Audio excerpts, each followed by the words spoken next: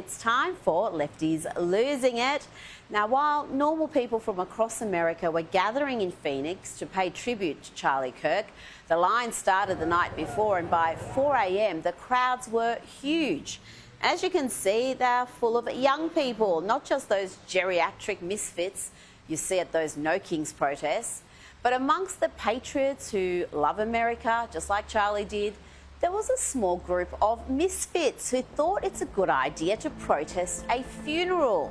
Just gross, gross. And talking about gross, this happened in NYC. A group of contemptible, far-left imbeciles did their best to interrupt a sombre vigil for Charlie. How did they do that? Well, one screechy cretin sang Bella Ciao, a message written on one of the unfired bullets. And then some sad soy boys sang about wanting the young Republicans to die. This is the modern left, ladies and gentlemen.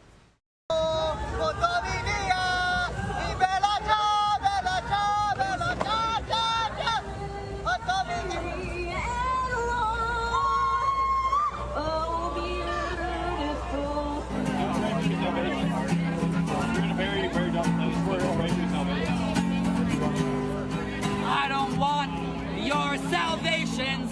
Why? I want you to die.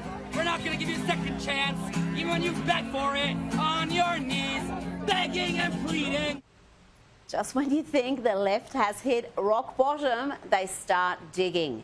And that brings me to the Democrats, who have incited so much of this hate, so much of this hysteria and violence. Listen here to Democrat Congresswoman Ilhan Omar, who shared a disgusting statement on X, reshared this claim that Charlie Kirk was Dr. Frankenstein and his monster shot him through the neck.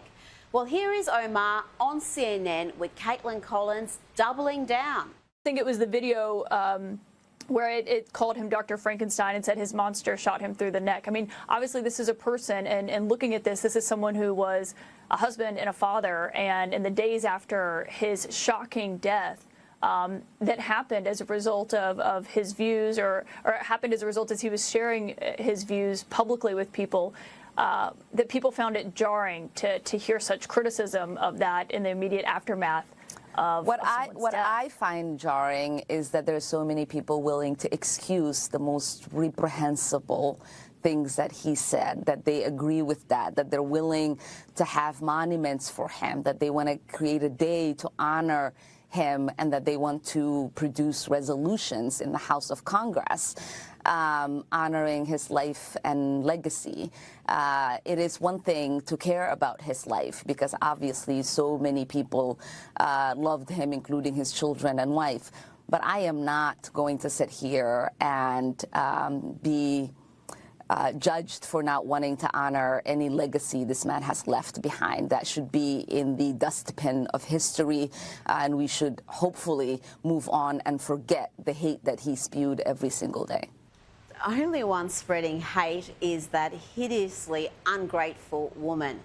You know, it's only in the West where people who hate the country are accepted as migrants and allowed to run for public office. As for Charlie being left in the dustbin of history, is that what she said? Well, his message, his name is bigger now than ever. Sorry, Elon. Now, let's check in on actress turned mad activist Cynthia Nixon. She's now boycotting lefty corporate Disney because they're not left enough, apparently. This is over the low-rating Jimmy Kimmel being pulled off air after deliberately lying about Charlie Kirk's alleged killer. Suddenly, the left cares about the First Amendment and free speech. If only they knew what it meant. I just canceled my Disney Plus and Hulu subscriptions, and they asked me why. I hit other, and I wrote, because I believe in the First Amendment, reinstate Jimmy Kimmel. Now, my whole family is really going to miss Abbott Elementary. We are really going to miss Only Murders in the Building. But you know what? We would miss the First Amendment a whole lot more. Don't go to the theme parks. Don't go on the cruises. Cancel your subscriptions. Now. Now let's hear from a race-baiting pastor spewing nothing but lies and vitriol. Now either he is lying and he knows he is lying, or he's ignorant. There are no other explanations for what you're about to hear.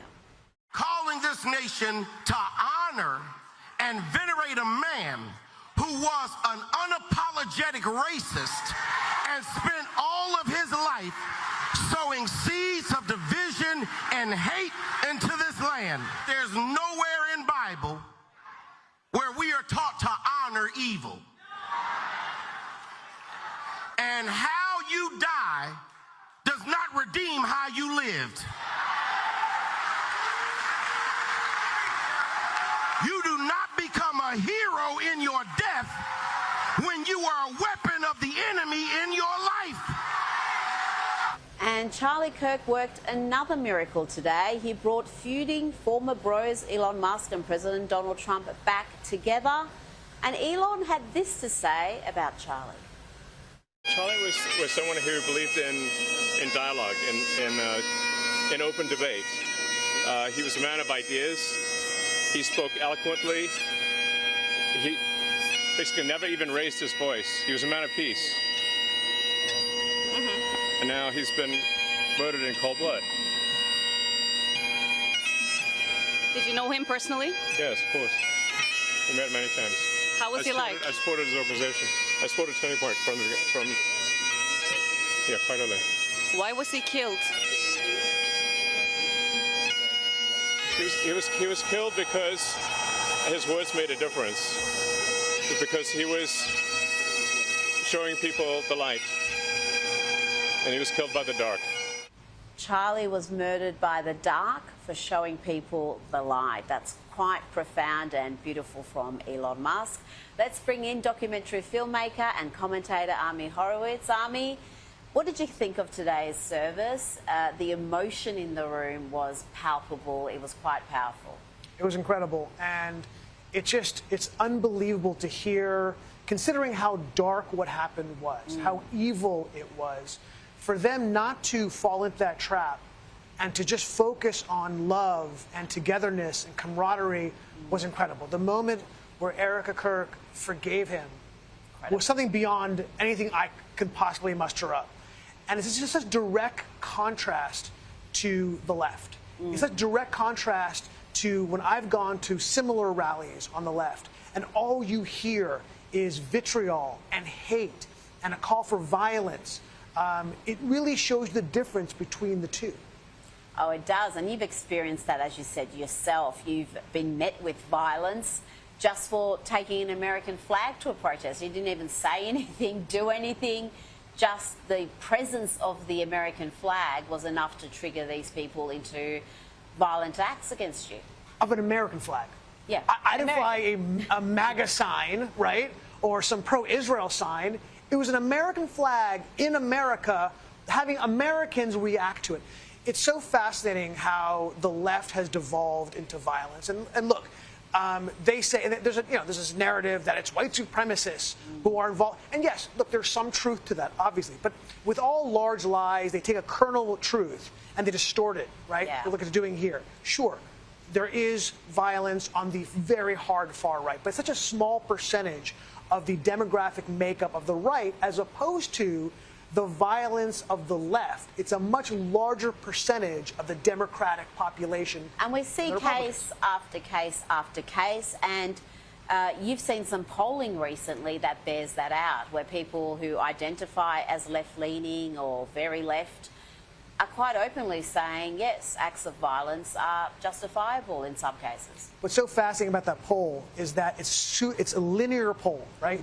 The spectrum is very clear.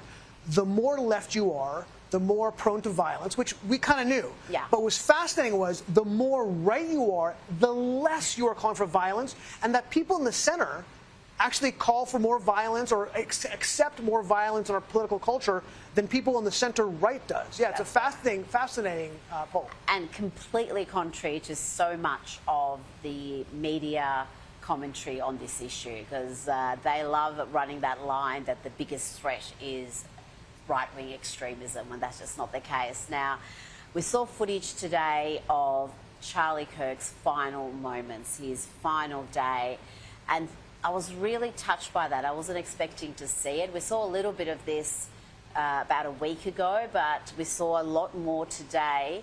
And he was just so full of life, so full of joy.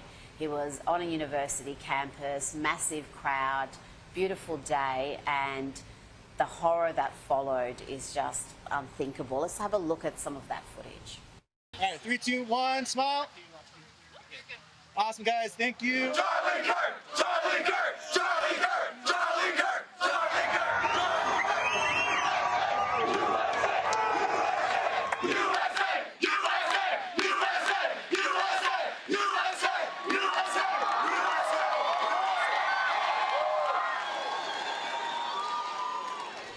That was Utah Valley University, and you see Charlie there with a big smile on his face. He was always smiling. He was the joyful warrior. They killed the joyful warrior. I mean, I want to rewire my brain for that to be the image I remember of Charlie Kirk, as opposed to having seen those horrific images where I was just woken up. I was a different part of the world, and I wake up to texts from friends and family telling me that he was killed. And I turn on, Instagram, and I couldn't believe it. The images of him being murdered were all over the place and just seared into my memory. And those are the images I want to remember him, the happy warrior, the person who was open and friendly, which is so crazy because they're trying to make him the exact opposite. They keep using the word hateful and hate.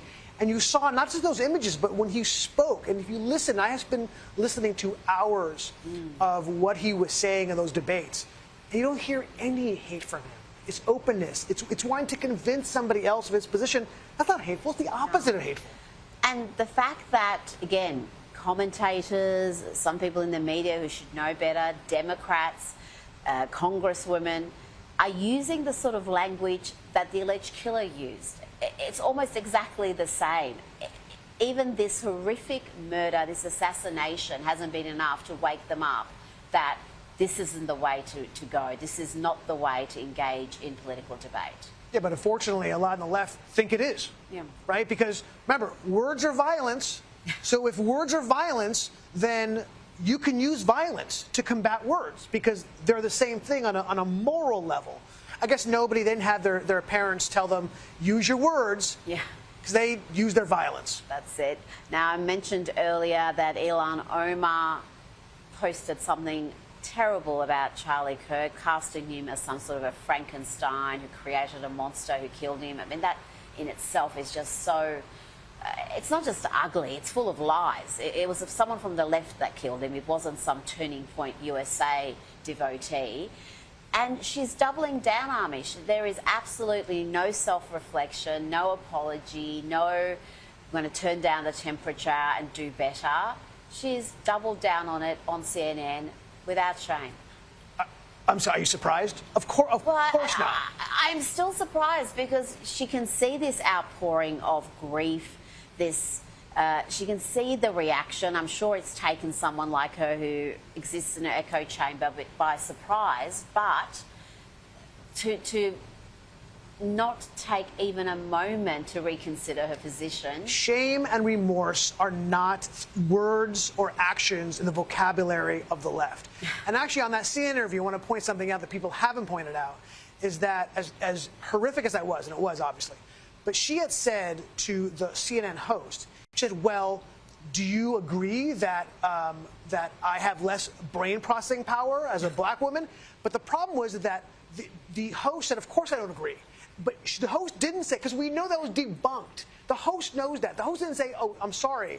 But he never said that. Yeah. She kind of implied that he did say that, and she didn't agree with him, which is the entire problem, casting him as this evil person when it wasn't his words. Do you think Caitlin Collins is ignorant? She didn't know that? Or she chose not to make that correction because we know where her politics lies, and she doesn't want to be sticking up for a Charlie Kirk and being critical of an Ilhan Omar? Well, then she's either the worst journalist in the world and didn't hear all the debunking that went on, or she did, and she chose to ignore it because she likes to cast people like us, people like me, I should say, and Charlie Kirk as evil. Now, Vice President J.D. Vance gave a superb speech, and he had this poignant line. It is better to die a young man in this world than to sell your soul for an easy life with no purpose, no risk, no love, and no truth. I mean, what do you make of the role faith played in today's memorial? Just about, in fact, every speaker talked about faith, and it was so important to Charlie. His Christian faith was the most important thing to him, and his values, the way he lived his life, what he preached was centered around that. I mean, faith is an important part of what makes us more human, right? What brings the humanity out of us. And when we look at Charlie Kirk and say he was this happy warrior, well, that goes hand in hand with his faith, because that's what his faith taught him.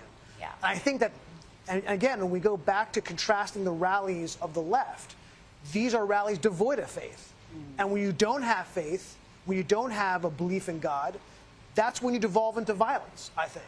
And I think that that's why we see what happened today in Arizona, in Glendale, Arizona, was such a loving, warm embrace of life, as opposed to a demonization. I think it's because of the faith.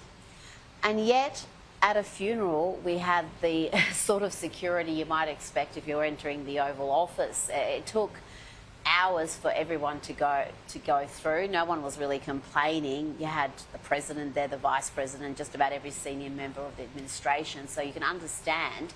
But the fact that you can't even have any sense of security at a funeral speaks to just what a crisis point there is in this country when it comes to political debate. There is nothing that's off limits. Those days are over. Those days of being able to walk on a college campus, give a speech in an open area are over. Look, I get death threats all the time. Everyone I know who is in this world gets death threats repeatedly. Ben Shapiro can't give a speech on a campus without having a phalanx of security guards and police officers, not to mention his own personal security. Yeah. And I think what we learned is that, look, if somebody wants to kill you, right, they're going to be able to do it. If they're willing to trade, they may not have to die, but they're willing to trade their freedom, they can do it. It's a scary time for people who want to speak out, but we have to. We have no choice. I think it's something Douglas Murray said: when something like this happens, you spread the risk. I think he was actually quoting Ayaan Hirsi Ali, who's intimately aware of the horrors that can come from extremists attacking you for your opinion. Now, the New York Post has a great editorial on the funeral. They called it a message to the mainstream media. The editorial asks, was Jimmy Kimmel watching Sunday? Was ABC? Do they understand the bubble they've created? Not only do they not speak to or for these people, they deny they exist. It is unsustainable. I mean, what's your reaction to that? Because you can tell there are many in the media who are shocked by this outpouring of grief, the fact that people have travelled from around the country to be here. They were lining up overnight by 4 a.m. in the dark. There seemed like tens of thousands waiting to enter the stadium. The crowd was huge. And so many in the media are completely blindsided by that. Yeah, because, look, you know, it's so interesting. The outrage we saw to Jimmy Kimmel's firing as compared to the outrage of an assassination of a cultural and political figure. It's incredible to me. This is what the left has done. It doesn't matter. They're more outraged about a hack comedian who had no audience, right, than truly a significant turning point in our culture. An assassination of a political figure did not draw as much ire from the left as a firing of Jimmy Kimmel. And they didn't mention it at the Emmys, did they? Not even a passing reference to this significant event. Do you think that was possible? I mean, really? You would think, when I started seeing major sporting leagues having a moment's silence, doing some of them fairly lengthy tributes, I thought maybe the culture has shifted and that would be reflected in Hollywood. But no, Hollywood is running not only its that, own show. Hollywood demonized people in Hollywood who said anything nice about Charlie Kirk. Yeah. Not that they supported Charlie Kirk, God forbid, but people who said, like, a killing of Charlie Kirk is a terrible thing, like Kristen Chenoweth. Yeah. And she got roasted by Hollywood for showing empathy. It's a sick, sick place. Now, the left, the Democrats, are suddenly passionate about free speech, or what they think is free speech. Jimmy Kimmel's terrible program, low-rating program, has been pulled off air. And, Army, it's incredible. They're trying to make Jimmy Kimmel the victim of this entire catastrophe. Somehow, he's the victim. He's the one who's being targeted and persecuted, as opposed to the man who's had his life taken from him. And he was persecuted with the Biden DOJ. They were investigating Turning Point, him personally. He spoke about his fear of ending up in federal prison if a Democrat was elected president again. Look, I'm not a fan of the government getting involved in something like Jimmy Kimmel. I don't think it's a good idea. I think it sets a bad precedent, and I promise you it will boomerang when there's a Democratic president. But it already has. This is the point that Republicans make. Those sort of arguments ring a little hollow because the Democrats go out of their way to silence They always have. their political opponents. So I don't know. I think perhaps if they get a taste of their own medicine, if they're held to their own standards, I don't like it from maybe either they'll side. back away from this sort of cancel culture. No. No, I don't like it from either side. I don't think it's healthy. Well, Having I mean, said the that, man he's lost 70% of his audience. he should have been. Don't get me wrong. He should have been years fired. ago. I have no problem with being firing. I just don't like any government intervention. Well, of course, we don't want government intervention, but again, from what we've seen reported, he not only said something that was verifiably a lie, and he knew was a lie, he still said it. He had no intention of backing away. Like Ilhan Omar, he wanted to go back on the next program and double down on those attacks. And in that scenario, I mean, what could ABC do? They've just had a massive payout. Unless they're just happy writing checks endlessly, they had to take some action. We're in the media business. We know they're not willing to write. They're not happy to write endless checks. Look, they were looking for an excuse. There's no question about it. I mean, you saw what happened to Colbert. Yeah. It was the same. Late night just isn't driving revenue. Their costs are out of control. Jimmy Kimmel makes a huge amount of money. Relative to the amount of audience they bring in, it's not worth it. They were looking for a reason, and he gave it to them. Maths ain't mathsing, as the kids say. It makes no sense. Is that what they say? They do say that. Something like that. How can he earn that salary with that pitiful audience? I mean, what sort of a business are ABC running? If I was a shareholder, I'd be asking a few questions. I can tell you about that. Army Horowitz, thank you so much for your time. Thanks for coming in today. Always a pleasure.